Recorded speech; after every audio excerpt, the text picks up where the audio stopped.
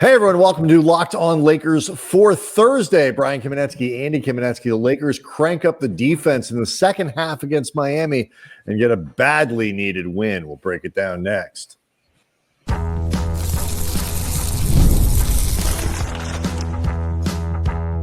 You are Locked On Lakers, your daily Los Angeles Lakers podcast, part of the Locked On Podcast Network, your team every day. Thanks to everybody for making Locked On Lakers first listen of every day, Monday through Friday, no matter how or where you get your podcasts. This is a podcast. It's always free. It's never behind a paywall. And Locked On Lakers on YouTube is where over 27,000 subscribers to the channel are pleased that the Lakers broke that 3-game losing streak. They do beat the Miami Heat 117 to 108 in a game that was much more of a struggle than the final score might indicate. And for a half, if nothing else, the first half was a serious struggle. The second half was, I think, pretty well controlled by the Lakers, but the first half did not leave you to believe that the second half would ever happen. And, it was... we'll break a lot of this down because I feel like this was a game that was both extraordinarily important, first of all, from a gotta have it kind of perspective. We basically called this as much of a must win as you can have in January, as a game can be. But also, like it represents, to me at least, and I'll explain this later, kind of how this is going to get put back together if the Lakers are going to go somewhere. So we'll get into all that in a second. Do want to let people know that today's episode is brought to you by FanDuel. From the first whistle to the final drive, FanDuel makes the NFL playoffs even more exciting. And right now, new customers can bet $5 and get $300 in bonus bets if you win that first bet. So visit FanDuel.com to get started. So if you're subscribing, Andy, to the newsletter, the Locked On Lakers newsletter, you can get it at lockedondaily.com, right over there in the bottom of the screen there. If you saw that, I wrote the newsletter for Wednesday and called this a show me game. After that huge collapse in the last 15, 16 minutes of the game on Monday against San Antonio, it's like, okay, show me what you want to be this year. Like, do you want to be a team that matters? Do you care about any of that? Go play hard. And for the first half, Andy, what they showed me was, I might not be so interested. The defense was awful in the first half. To say that they let Tyler Hero run wild in that first half, like I tweeted out at Cam Brothers, if Tyler Hero only played the Lakers, he would have MJ buried in the GOAT conversations. Like, you would think Tyler Hero was the greatest player to ever pick up a basketball, the greatest scorer to ever pick up a basketball. He was going crazy from behind the arc. The Lakers were often just really scrambled trying to keep up with him, trying to keep up with wherever the ball would go when he would give it up or Miami would move it around. And they were also clearly getting very frustrated with Miami breaking out a zone defense in the second quarter that completely discombobulated their own offense and probably didn't help them maintain the right mentality defensively. And they went into halftime down 12. And like I said before, not giving you confidence that the turnaround, and as extreme a turnaround as it was in the works. But they figured out a lot in that second half. JJ Redick was asked what changed between the first half and the second. And, after and this is truly my favorite part about every post game is the length of the pregnant pause from Redick before he answers a question. JJ loves himself some JJ Redick words. He does. He loves the build up to the words. He loves the presentation. There's always, remember the episode of Friends where Joey was explaining the art of soap opera acting, and he said, "You do the one face, the smell the fart, like this furious." JJ does that before every first response. Like you would think that the entire world is like waiting on pins and needles for this thing that JJ Redick is about to say. It's hilarious. Yeah. That combination of I think, like you say, some theatricality with particular on some nights, like almost like, the version of your grandmother's expression, if you don't have anything nice, don't say anything at all, but like, you got to say something. How am I going to say the thing tonight? He was asked the question, what changed between the first and second halves? And he said, we didn't do anything different schematically.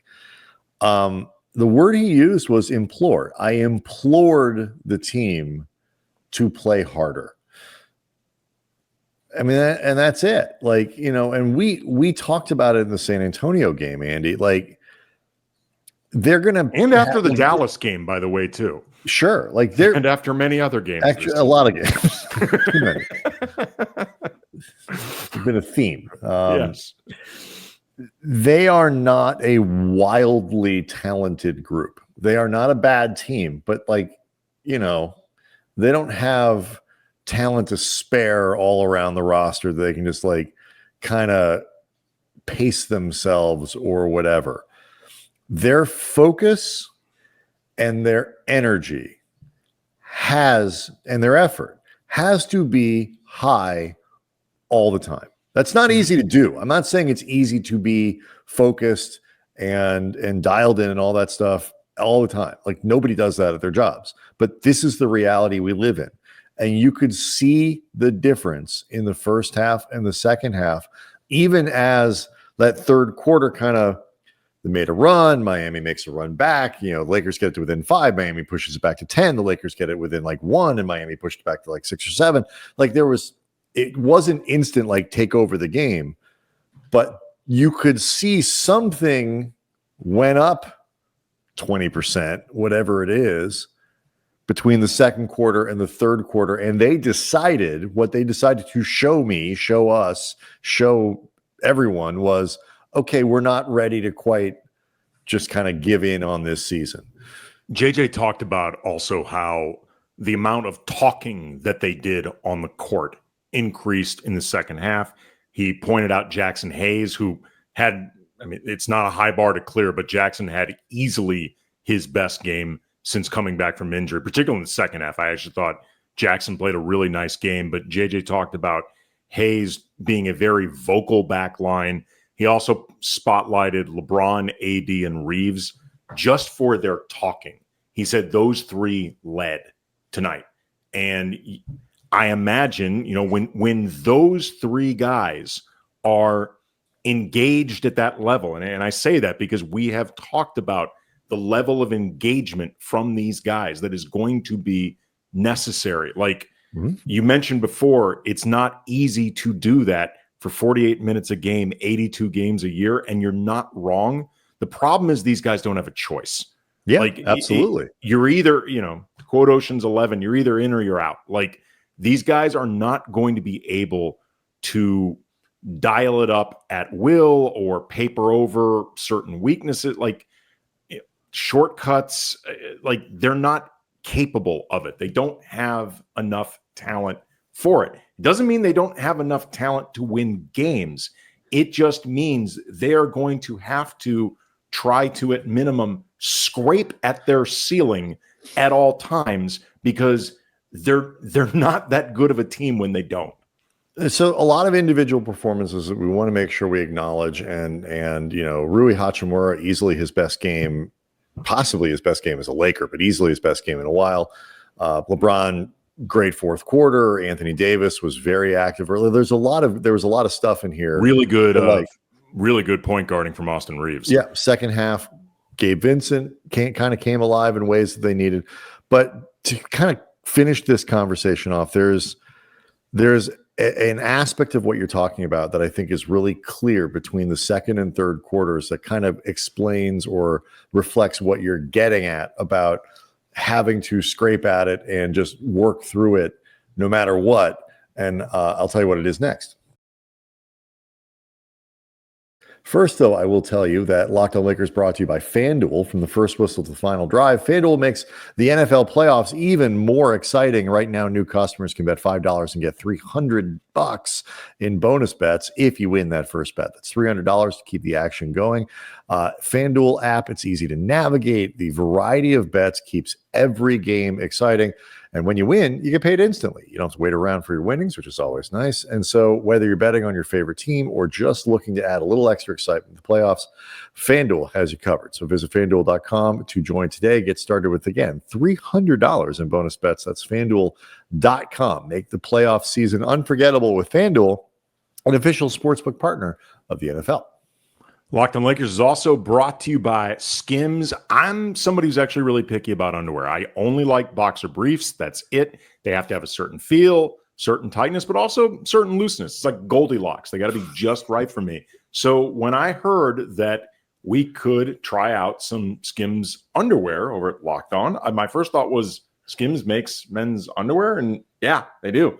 A lot of different styles. And then my second thought was, am I going to like them? And the answer is, oh, hell yeah, I'm going to like them. I tried the 3-inch and 5-inch boxer briefs just to see what the difference is. And the answer is one's 3 inches, the other's 5 inches. 2 inches, baby. That's the difference. Yeah, otherwise exactly the same, which is awesome. They're comfortable. They're soft. They don't bunch up. They look really good.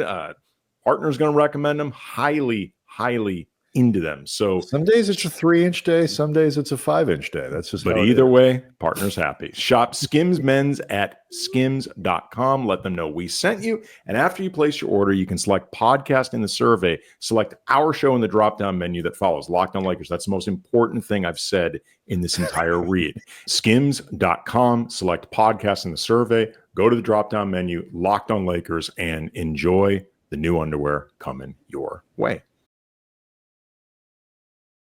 So I mentioned the newsletter. You see it in the bottom corner if you're watching on YouTube. I also want to mention the Postcast, Dave Pillay, another way to get more content from the channel. So make sure you're looking for that after the end of every game. But I think one of the things that really gets at this idea of having some perseverance and just having a little bit of fight to get through something. Lakers struggled immensely with Miami's zone. Like they just could not figure out how to get inside of it. And, you know, there you can have a discussion over what skill set they were missing, whether it's shooting, whether it's playmaking to kind of move those pieces around to get into the middle of it. Stu Lance on the Lakers broadcast was about ready to crawl onto the court himself and just beg the Lakers to get in the middle of that zone. But in the first half, you made the point that their inability to score and their frustration with that zone hurt them on the defensive side of the ball. In the second half, it did not. Like they separated those two things, and they actually started using their defense to create better offensive opportunities. They forced 20 turnovers from Miami, and I think only turned that into 24 points, which is not necessarily a great ratio. But those points combined with the opportunities to score that Miami did not get, that was the difference in the game. And so, you know, this was a game that they won on the strength of their defense. And you could start to see, at least I felt like you could start to see a turn, Andy, when in the third quarter, the defense held even when the offense was still struggling. Yeah, they really started becoming very disruptive as a team. I thought Max Christie in particular did a very good job being disruptive in that second half. Started, Tyler Hero still ended up having a good game, but he was less effective in the second half. They were doing a better job running him off the three-point line at the very least, but, you know, Christie forced him into an air ball. There was another time where down low, he did a really good job defending Jaime Jaquez Jr. during a post-up, forced a miss. Like, I thought there were other guys like Jackson, I thought was very disruptive in the second half. Gabe Vincent, I thought, had moments of being very disruptive. Rui, I believe, had a pretty big steal in the second half as well. And again, as a team, they did it nicely. But I thought Christie was the guy that stood out the most there. They also, I think, in part because they were able to create these turnovers and just get up court quicker, it was preventing Miami from being able to set that zone as frequently in the first place. But Correct. Also, it was allowing them to get inside it when they were trying to do it faster. They did a better job of just getting into what they were going to do faster, which included trying to get somebody inside that zone. And, the two things that you want to try to do to break a zone is through shooting and also through entering that middle where it's unoccupied. That Rui in particular was just killing it through back cuts and, finding that unoccupied space. And they just did a better job putting them in position to actually fight that zone. Yeah. And you talk about Hero having, a really good night. Like he's having a really good season. And the one of the big differences is, at least in the second half, you didn't get, the other guys, like the randos on the other side were not dominant. You didn't have other guys going off. And so, like, if Hero gets his in the second half, and I'm looking at it, he had 22 at the half and finished with 34. So, a better job in the second half, but it's not like he was shut down completely.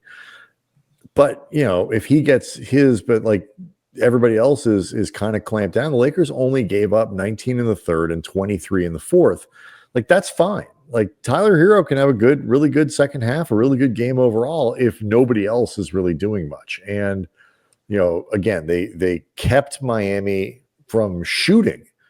Even if you think the Lakers could have done a better job converting those turnovers into points, you still get a benefit there from Miami not having the opportunity to score.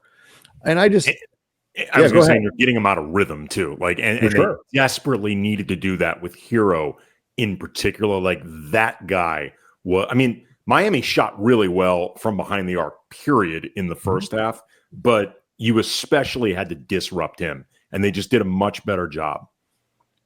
It's the first time I think, they didn't play a bad first half against San Antonio on Monday. For the first 7 minutes of the third quarter, they were fine. But, this what we saw in the second half on the defensive side of the ball looked like the 6-game win streak. And I think it's the first time, in those 3 games that they lost, there were moments where they, look, they got some hop to them and whatever. But this was the first time it looked like that. You get Anthony Davis in the fourth quarter going to the floor. Something else that Redick pointed out is really important, moments in the game and things like that. When you see guys like that diving on the floor and creating turnovers and going after loose balls, like, that's another level of effort that just needs to be there all the time. That sequence that you're pointing out, it was in the second half. AD helped force a turnover, dove on the floor, pushed the loose ball out. The Lakers ran. I believe it was Austin that began the break. And then the ball gets passed to Rui, who up fakes at the 3-point line, drives inside, whips a lefty kick out. Like, I realize there's 7 to choose from, but this may be the best pass of Rui Hachimura's career. Like, pinpoint left-handed pass to LeBron for a corner 3. Like, that sequence, when you turn disruptive defense into really well orchestrated offense, like, that shows you what the team can be, but it also reflects the need to play at that type of urgency level again for 48 minutes. They don't have a choice. We've seen, at least possibly, the Celtics might be, kind of waiting for the important games to kick off. I know they've been dealing with a bit of injuries and stuff like that, but there's also, I think, a bit of a sense of they haven't quite entered the mode yet. whether you think that's a good idea or not, Boston has earned the benefit of the doubt, and their roster is certainly talented. Let's say they've got so much talent on that roster. They can win games. Like, Peyton Pritchard outscores the Lakers bench regularly by himself. Boston, strategically, you look at it and say, okay, you ought to be preparing for a 100 game season, at least 105, 106. That's how many Boston expects to be playing this year. The Lakers hope to be playing 90, 95, whatever, but they can't plan for it. They can't be well, we gotta hold something back. There was by the way, Rui, that was his one assist, so that way you don't have to differentiate between that one that you're mentioning and any others. So, but we've been picking on Rui for his rebounding. He had 8 in this game, which is 3 more than he had in the 3 games that they lost combined. So one of many nice bright spots in the box score, and let's break down some of that next. Locked On Lakers brought to you by Robinhood. With Robinhood Gold, you can enjoy the VIP treatment, receiving a 3% IRA match on retirement contributions. The privileges of the very privileged are no longer exclusive. With Robinhood Gold, your annual IRA contributions are boosted by 3%, plus you get 4% APY on your cash in non-retirement accounts. That's over 8 times the national savings average. The perks of the high net worth are now available for any net worth. The new gold standard is here with Robinhood Gold. To receive your 3% boost on annual IRA contributions, sign up at Robinhood.gold. Is Robinhood.com/gold. Investing requires risk. 3% match requires Robinhood Gold at $5 a month for 1 year from the first match. You must keep funds in your IRA for 5 years. Go to Robinhood.com/boost for details. Over 8 times the national average savings account interest rate claim is based on data from the FDIC as of November 18, 2024. Robinhood Financial LLC, member SIPC. Gold membership is offered by Robinhood Gold LLC.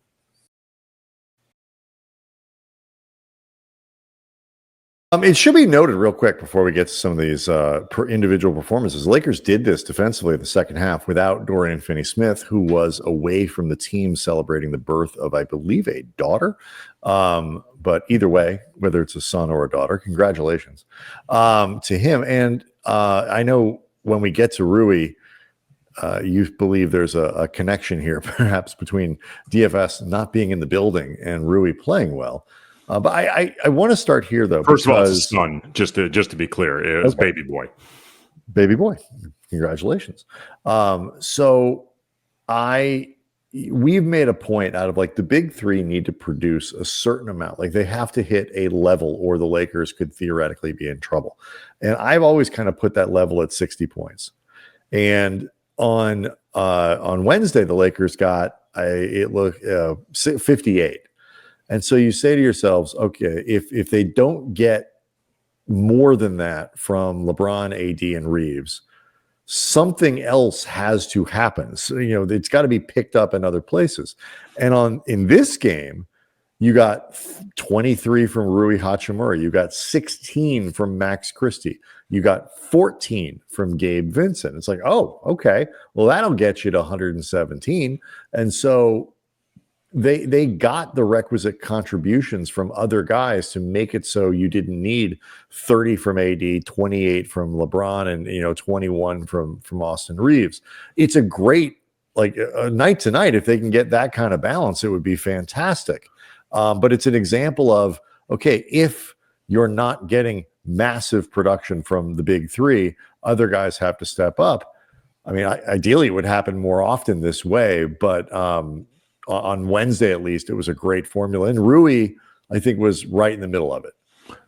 Yeah, I mean, the only person more excited about DFS's new baby than DFS was Rui. I mean, Rui's gonna be telling DFS, man, look, these first few days, you never get that time back. Really weeks. The first few weeks, they're just between now and February 7th. You should spend all your time with that baby. I would not leave that baby's side. They grow up so fast. They grow up so quickly. But Yeah, I mean, Rui was fantastic in this game, really from the beginning. Like I think he had 8 points in the first 5 or 6 minutes of this game, scoring from inside, scoring from outside. Like I mentioned, there were a few plays where he, drove from, beginning at the 3-point line. He was getting fed over and over just on continual back cuts and baseline movement. He also, too, took 15 shots in this game. And this gets to something I talked about in Wednesday's show, where I mentioned during the 10-4 start for this team, where they looked offensively like they could be a real juggernaut. Rui was averaging 11 shots per game. To this point in January, before this game, he had been averaging 7.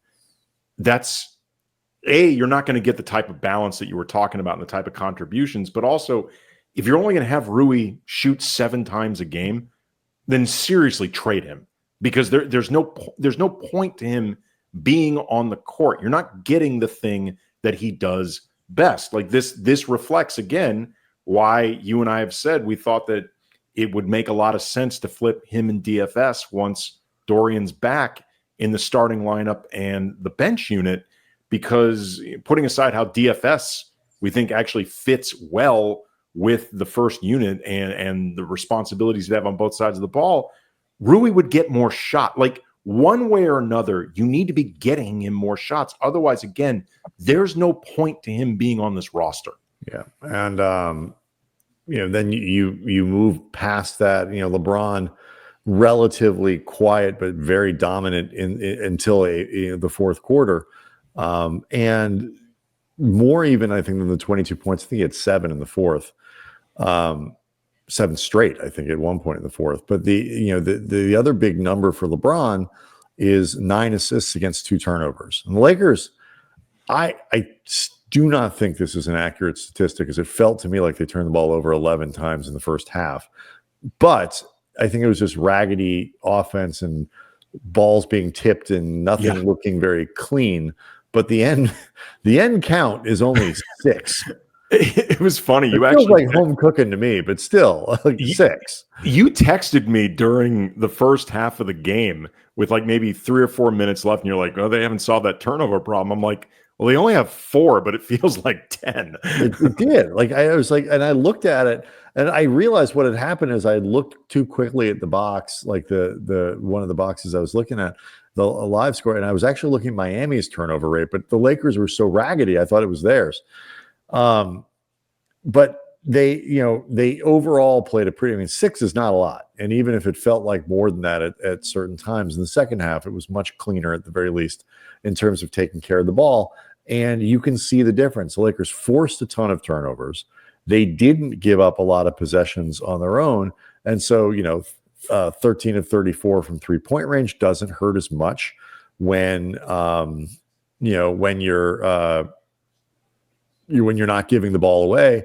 And then overall, they were 47 of 90 from the floor, so over 50% shooting.